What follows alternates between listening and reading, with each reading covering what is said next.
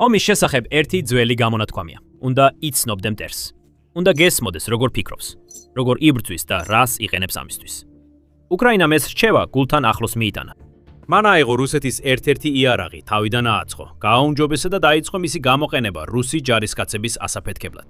ეს არის მოლნიას და მისი უკრაინული ტყუპის ბლიზგავკას ისტორია. მოლნია, რაც რუსულად ელვას ნიშნავს, არის ფიქსირებული ფრთისმქონე კამიკაძე დრონი, რომელიც რუსეთმა პირველად მნიშვნელოვანი რაოდენობით 2024 წლის გაზაფხულზე დაიწყო გამოყენება. ეს არც შთამბეჭდავი აპარატი იყო და არც სამხედრო ინჟინერიის დახვეწილი ნიმუში. ის აშენებულია ძირითადად ნარჩენებისგან და აწყობილია პატარა საწარმოებში, რომლებიც უფრო ავეჯის სახელოსნოებს ჰგავს, ვიდრე თავდაცვის ქარხნებს. რუსებმა აქ ბორბალი თავიდან არ გამოიგონეს. მათ მასში ჩაამატეს ელექტრონიკა, რომელსაც მხოლოდ ნავიგაციისა და ფრენის კონტროლის მინიმალური ფუნქციების შესრულება სჭირდებოდა. ეს იყო ყველაზე იაფი გზა, რომ ასაფეთქებელი ნივთიერებები ჰაერში აეტანათ და უკრაინელებისკენ გაეშვათ. და დრონმა იმუშავა, ალბათ მეტისმეტად კარგადაც კი. მოლნიამდე დრონების ომის ზოგადი ჩარჩო უკრაინაში შედარებით კარგად იყო განსაზღვრული. ჰქონდათ პატარა FPV კვადროკოპტერები, რომლებიც იყო რბოლის დრონის ჩარჩოები ასაფეთქებლებით დატვირთული. თითოეული ღირს $475-დან $600 და მოკლე დისტანციებზე სასიკვდილო. შემდეგ იყო უფრო მძიმე, ბომბდამშენი დრონები, როგორიცაა ნემესისი და ვამპირი, რომლებიც 15 მილის მანძილზე დაფრინავდნენ და სერიოზულ ტვირთს ატარებდნენ. მაგრამ ეს სპეციალურად შექმნილი კვადროკოპტერები იმდენად ძვირი ღირდა, რომ ისინი მაინც მხოლოდ მაღალი ღირებულების სამიზნეებისთვის იყო განკუთვნილი. ნაკლებად მნიშვნელოვან სამიზნეებზე კი ისინი აგებდნენ შორ მანძილზე მოქმედ დარტყმის დრონებს, რომლებიც 100 მილზე მეტით მტრის ტერიტორიაზე სტრატეგიულად ღრმა დარტყმებს ახორციელებდნენ. თითოეულ კატეგორიას თავისი დანიშნულება, მოქმედების დიაპაზონი და ფასის კატეგორია ჰქონდა. მაგრამ არც ერთ მხარეს მასობრივად არ გამოუყენებია იაფი, ფიქსირებული ფრთისმქონე კამიკაძე დრონი საშუალო მანძილზე. რაღაც ისეთი, რაც საიმედოდ მიაღწევდა ფრონტის ხაზის უკან 20-დან 30 მილამდე. და საკმარისი ასაფეთქებელი ნივთიერება ექნებოდა, რომ გაენადგურებინა მანქანა, დაენგრია შენობა ან დაეხოცა ლოგისტიკური კოლონის წევრები. მაგრამ ეს შეიცვალა მორნიას გამოჩენით. მან შეავსო სიცარიელე საშუალო მანძილის ოპერაციებში, რაც ედვარი მკვდარი ზონა იყო არამხოლოდ იაფი დრონებისთვის, არამედ დარტყმებისთვის ზოგადად. არტილერია ყოველთვის ვერ აღწევდა მას ზუსტად, განსაკუთრებით მაშინ თუ არ სურდა საუკეთესო ტექნიკის გამოყენება, რაც მას მტრის არტილერიის საპასუხო დარტყმებისთვის დაუცველს ტოვებდა. მაგრამ FPV-ები ასე შორს ვერ დაფრინავდნენ. ამ სიცარიელის შესავსებად უკრაინას რეალურად მხოლოდ მოკლე რადიუსის ტაქტიკური ბალისტიკური რაკეტები, როგორიცაა ატაკამსი, ან ადგილობრივი FP2 ტიპის დარტყმითი დრონები ჰქონდა. ორივე კი საკმაოდ ძვირი იყო იმ რაოდენობით გამოყენებისთვის, რაც რუსეთის შეტევების შესატყვისად იყო საჭირო. მაგრამ მიოლნირმა ეს ხარვეზი შეავსო თითოეულზე $300-დან $800 ფასად. მის ყველაზე გავრცელებულ მოლნია 2 კონფიგურაციაში ის ატარებს 712 ფუნტიან საბრძოლო ტვირთს. დაფრინავს საათში 60 მილამდე სიჩქარით და შეუძლია მიაღწიოს სამიზნეებს გაშვების წერტილიდან დაახლოებით 30 მილამდე მანძილზე. კორპუსი დამზადებულია ფანერისგან, პლასტმასისა და ალუმინის მილებისგან. ელექტრონიკა კი კომერციული, მზა კომპონენტებია, ძირითადად ჩინეთიდან.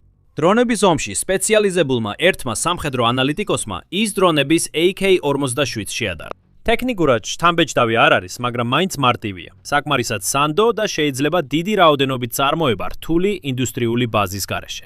მოლნირ 2-მა კიდევ ერთი სიახლე შემოიტანა ამ კლასის იარაღში, რაც აქამდე ფართოდ არ იყო გავრცელებული. ორმაგი ფრთაზე დამაგრებული პროპელერები, ერთ ცხვირზე დამაგრებული სნაცროთულის ნაცვლად.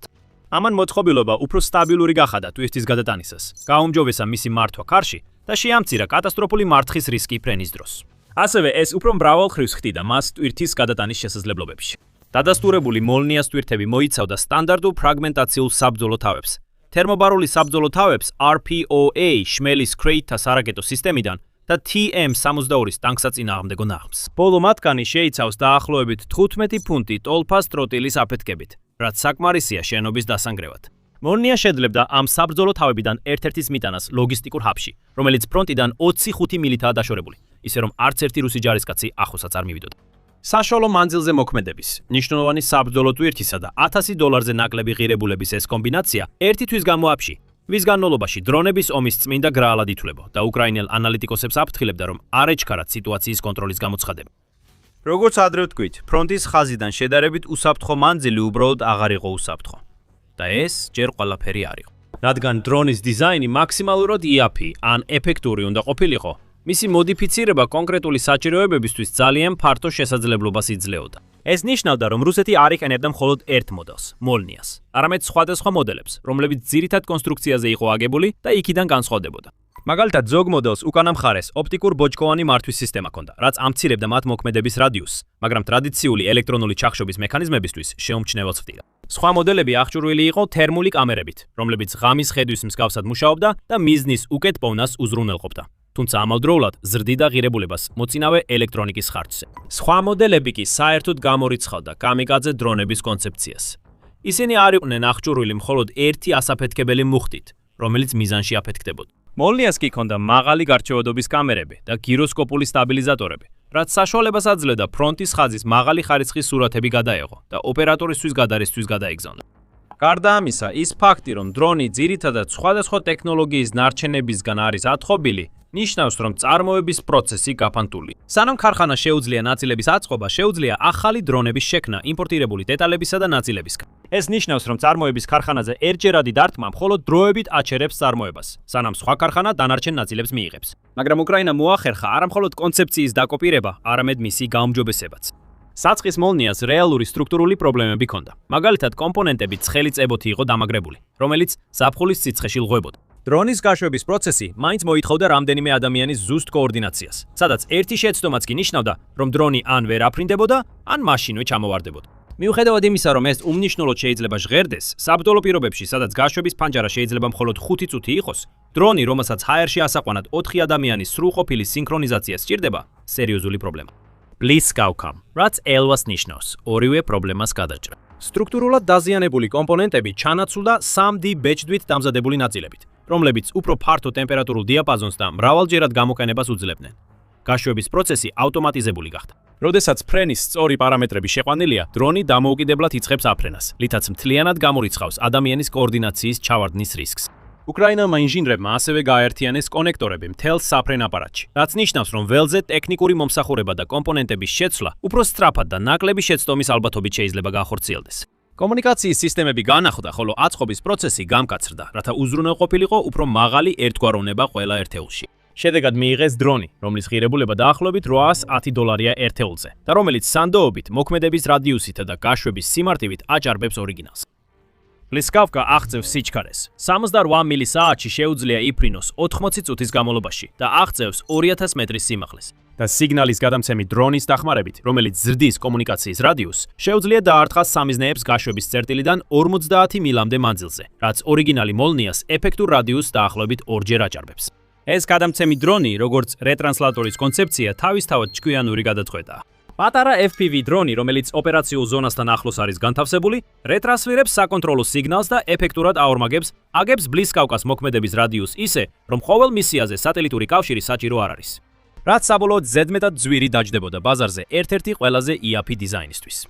Bliskavka შექმნილია როგორც ერთჯერადი დამთქმელი პლატფორმა, რომელიც ატარებს დაახლოებით 89 კილოგრამიან ერთიან შიდა საბრძოლო თავკომბალას და პირდაპირ დარტყმით ურტყამს სამიზნეს. შედარებისთვის მოდულურობა და ტვისტის კონფიგურაცია ჩანს ისეთ სისტემებში, როგორიცაა Jetmax-ი, რომელსაც შეუძლია ატაროს 2 მძიმე მუხტი, ან 8-მდე მცირე საბრძოლო მასალა ქვეითების, სუბუქი ტექნიკისა და დაუცველი ინფრასტრუქტურის წინააღმდეგ დარტყმებისთვის. ეს მოქნილობა ნიშნავს, რომ ერთი ტიპის პლატფორმას შეუძლია დაფაროს სამიზნეების ფართო სპექტრი, ყოველ მისიის პროფილზე ცალკე სპეციალიზებული ვარიანტის საჭიროების გარეშე. 2025 წლის შემოდგომაზე გამართულ თავდაცვის ტექნოლოგიების ველის სამიტზე Bliskavka უკვე მიეწოდებოდა წინა ხაზს. Viri Drone კომპანია, რომელიც მის უკან დგას, ამავე ღონისძიებაზე ერთდროულად წარადგინა დამატებითი პლატფორმებიც, მათ შორის Sokieli სადაზვერო უპილოტო საფრენი აპარატი, რომელიც სერიულ წარმოებაზეა გათვლილი, და Jankoi უპილოტო სახმელეთო აპარატი, რომელიც აღჭურვილია Starlink-ით და შეუძლია 1000 ფუნტზე მეტი ტვირთის გადატანა. ეს ნიშნავს, რომ უკრაინა Bliskavkas იზოლირებულად არ ავითარებს. ის იმ ფართო სისტემების პორტფოლიოს ნაწილია, რომლებიც ერთსა და იმავე ფილოსოფიაზეა აგებული. გამოავლინე ხარვეზი, შეავსე იაფად, გამოიყენე სწრაფად. ყენე სწრაფად. უარყოფითი მხარე ისაა, რომ Bliskavkas თავისი ფიქსირებული ფრთების კლასის ძირითადი შეზღუდვები აქვს. ის ნაკლებად მანევრირებადია, ვიდრე FPV კვადროკოპტერი. ვერ ჩერდება ჰაერში, ვერ წყვეტს შეტევას და ვერ იცვლის პოზიციას შუა მიუახლოებისას ისე სწრაფად, როგორც ამას მულტიროტორი შეძლებდა.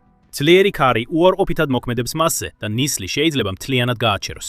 ერთმა ოპერატორმა ინტერვიუში თქვა, რომ სპეციალურად უცდის, სანამ სქელი ნისლი გადაივლის, შემდეგ კი მისიას იწევს.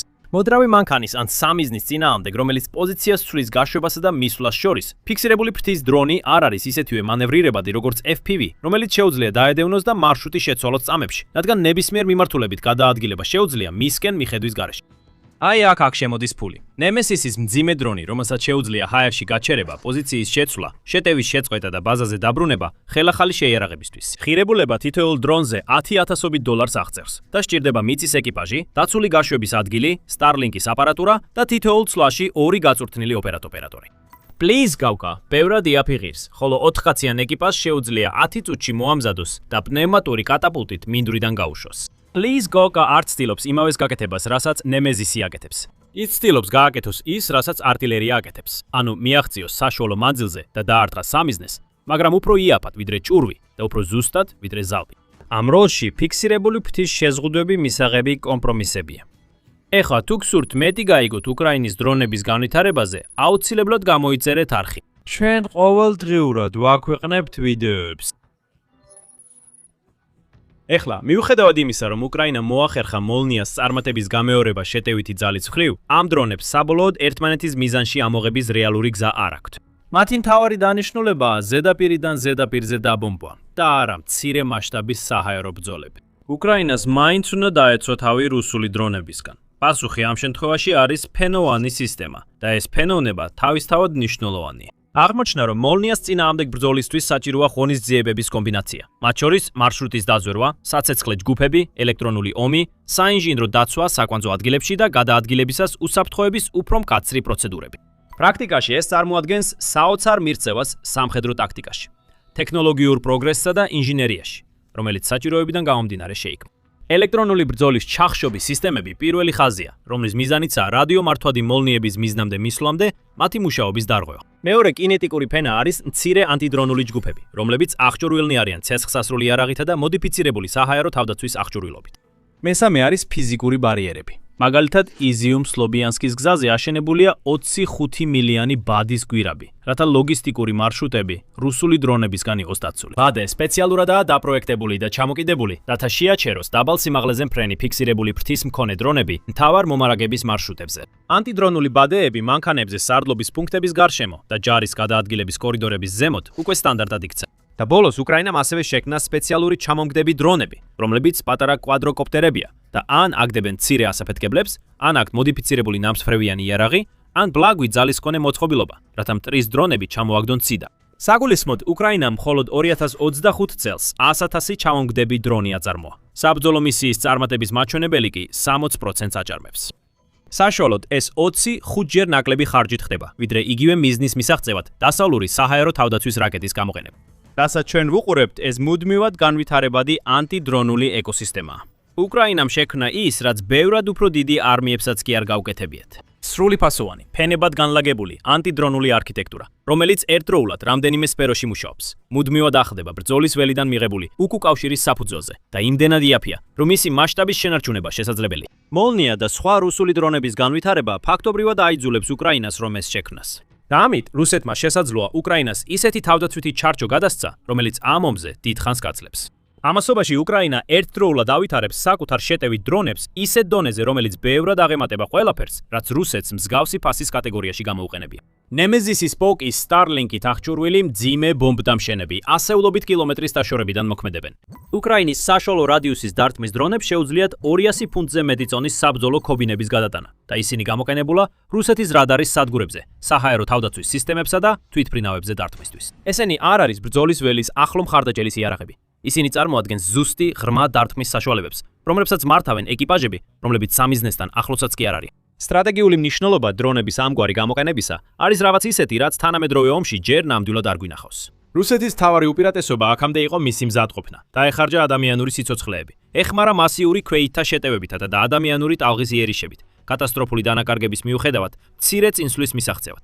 დრონების ომი, სადაც სასხლეთის დამჭერი ადამიანი ფრონტიდან ათეულობით ან ასეულობით მილით არის დაშორებული, თითქმის სრულად ართმევს რუსეთს ამ იარაღს. ვერ დაემუქრები ოპერატორს, რომელიც ოფისში ზის. ვერ დაასუსტებ ქვედანაყოფს საარტილერიო ცეცხლით, როცა ოპერატორები Starlink-ის კავშირის და ეკრანის უკან არიან. უკრაინა სისტემატურად აშენებს არმიას, სადაც ყველაზე საშიში სამუშაოს სულ უფრო მეტად ასრულებენ მანქანები, რომლებსაც ადამიანები მართავენ, რომლებიც მიუწვდომელნი არიან. და უკრაინის არმიის წარმომადგენლები ამტკიცებენ, რომ სამხედრო ისტორია შექმნეს 2025 წლის ბოლოს, როდესაც დამონტაჟებული ტყვიამფრქვევით შეიარაღებული ერთი სახმელეთო დრონი განალაგეს, რათა თითქმის 6 კვირის განმავლობაში ფრონტის პოზიცია შეენარჩუნებინ. როგორც მიკოლა ზინკოვიჩმა, უკრაინის მესამე არმიის კორპუსიდან აღნიშნა, პოზიციაზე მხოლოდ UGV სისტემა, ანუ უპილოტო სახმელეთო მანქანა იმყოფებოდა. ეს იყო ძირითადი კონცეფცია. შემდეგ მან სტრატეგია 4 სიტყვაში შეაჯამა. რობოტებს სისხლი არსდით. აბა, უკრაინა როგორ მოხდა აქ? სინამდვილეში ბლისკაუკა არ არის პირველი შემთხვევა, როცა უკრაინამ ნახა, როგორ შემოიტანა რუსეთმა ახალი დრონის შესაძლებლობა. შეისწავლა ის, გააკეთა მისი ანალოგი და რამდენიმე თვეში უკვე უკრაინული ვერსიაც გამოიყვანა. იგივე მოხდა ოპტიკურ ბოჭკოვანი FPV დრონების შემთხვევაშიც. ისინი პირველად რუსეთმა გამოიყენა 2024 წლის გაზაფხულზე. უფრო კონკრეტულად, 2024 წლის 7 მარტს უკრაინულმა მედიამ გაავრცელა ხელში ჩაგდებული რუსული ოპტიკურ ბოჭკოვანვანი FPV დრონის ფოტოები, რომელიც რადიო სიგნალების ნაცვლად იყენებს თხელ ოპტიკურ ბოჭკოვან კაბელს, რაც მას სრულად იცავს ელექტრონული ჩარევისგან. 18 მარტისთვის დრონარია. უკრაინული დრონების განვითარების ჯგუფმა წარმოადგინა საკუთარი ოპტიკურ ბოჭკოვანი დრონის პროტოტიპი. ხოლო 11 დღე დასჭირდა, რომ მტრის ხელში ჩაგდებული ტექნიკიდან მოქმედ უკრაინულ პროტოტიპებამდე მიეღწიათ.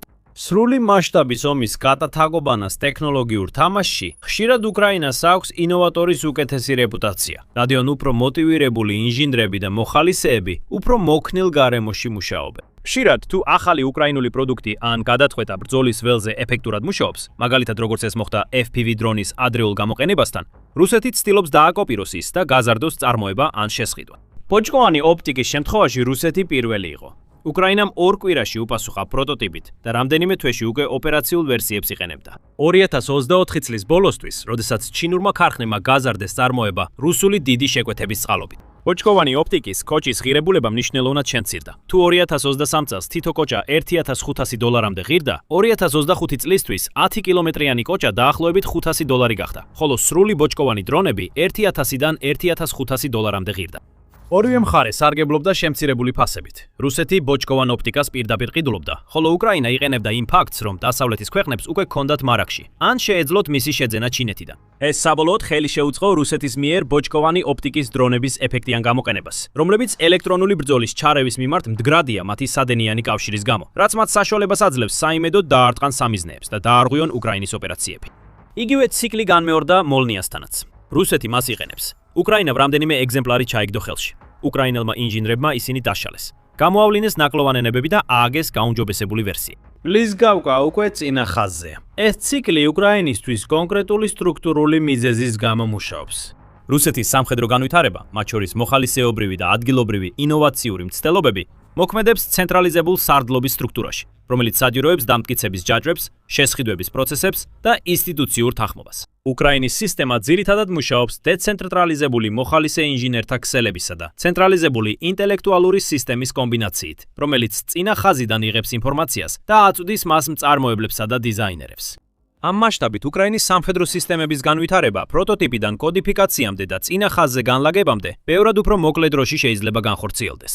როდესაც უკრაინელი წინა ხაზის ოცეულის ინჟინერი აგებს ორმაგი ოპტიკურ ბოჭკოვანი და რადიოს ჰიბრიდულ დრონს, რომელიც სტანდარტულ მოდელზე ოდნავ ძვირია და მუდმივ პრობლემას აგვარებს, წარმოებელს შეუძლია სწრაფად ფორმალიზოს დიზაინი და გამოსცეს სატესტო პარტია.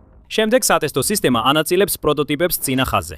აგვირდება მათ პროგრესს რეალურ პირობებში მუშაობის მიხედვით, სანამ მიიღებს გადაწყვეტილებას ფორმალურ განვითარებაზე ან შემდგომ ცვლილებებზე. ეს განვითარების მოდელი ბევრად უსწრებს ტრადიციულ რუსულ და დასავლურ შესყიდვებისა და ტესტირების სტანდარტებს. და ეს იმიტომ ხდება, რომ უკრაინას უბრალოდ არ აქვს დრო ლოდინისთვის. უკრაინას არ აქვს რუსეთის მოსახლეობა, მას არ აქვს რუსეთის ინდუსტრიული მასშტაბი, მას არ აქვს რუსეთის საარტილერიო ჭურვების წარმოების ტემპი ან ტანკების რეზერვები. მაგრამ მას აქვს ინჟინერული კულტურა, რომელიც საბრძოლო ველზე წარმოშობილ პრობლემებს დღეებში პასუხობს და არა თვეებში. შესყიდვების სისტემა იმდენად მოქნილია, რომ ოცეულის ინჟინრის ველზე გახორციელებულ მოდიფიკაციას რამდენიმე კვირაში ფორმალურად აფიქსირებს. და დრონებით ომის მიდგომა, რომელიც 4 წლის განმავლობაში სამხედრო ისტორიის ყველაზე ინტენსიურ უპილოტო სისტემების ბრძოლაში დაიხვეცა. ყველაზე მნიშვნელოვანი კი ისაა, რომ უკრაინამ ძალიან კარგად იცის, დრო შეზღუდულია. თუ რუსეთი ბირთვულ ღილაკს დააჭერს, უკრაინას ამის წინააღმდეგ პასუხი არ აქვს. და მხოლოდ გარკვეულ შედეგს მიაღწევ, როცა ფრონტის ხაზზე დრონებს აგზავნი, მაშინ როცა აქტიური სამხედრო ძალის დაახლოებით ნახევარი ქავს. მაგრამ სანამ უკრაინის საპასუხო განვითარების ეს ციკლი გრძელდება, უკრაინა არა მხოლოდ რუსული დრონების ინოვაციებს ეწევა, არამედ უპირატესობასაც ინარჩუნებს. რადგან დამტკიცებულ დიზაინზე გაუმჯობესება ყოველთვის უფრო სწრაფია, ვიდრე ნულიდან ახლის გამოგონება. და ამჟამად უკრაინა ძალიან კარგად ახერხებს აიღოს ის, რასაც რუსეთი აგდებს და უკან უფრო ძლიერად დაუბრუნოს. რუსეთმა იაფი ჩაქუჩი შექმნა. უკრაინა მის აიღო, გაამახვილა და უკან დაუწყო ქნეუწყუ. და თუ გსურთ გაიგოთ, როგორ პასუხობს უკრაინა კიდევ უფრო გამანადგურებელი იარაღით, ნახეთ ეს ვიდეო. და რომ იყოთ ინფორმირებული გლობალური გეოპოლიტიკისა და ომის უახლესი მოვლენების შესახებ, აუცილებლად დააჭირეთ გამოწერის ღილაკს და შეთხოვინების ზარს.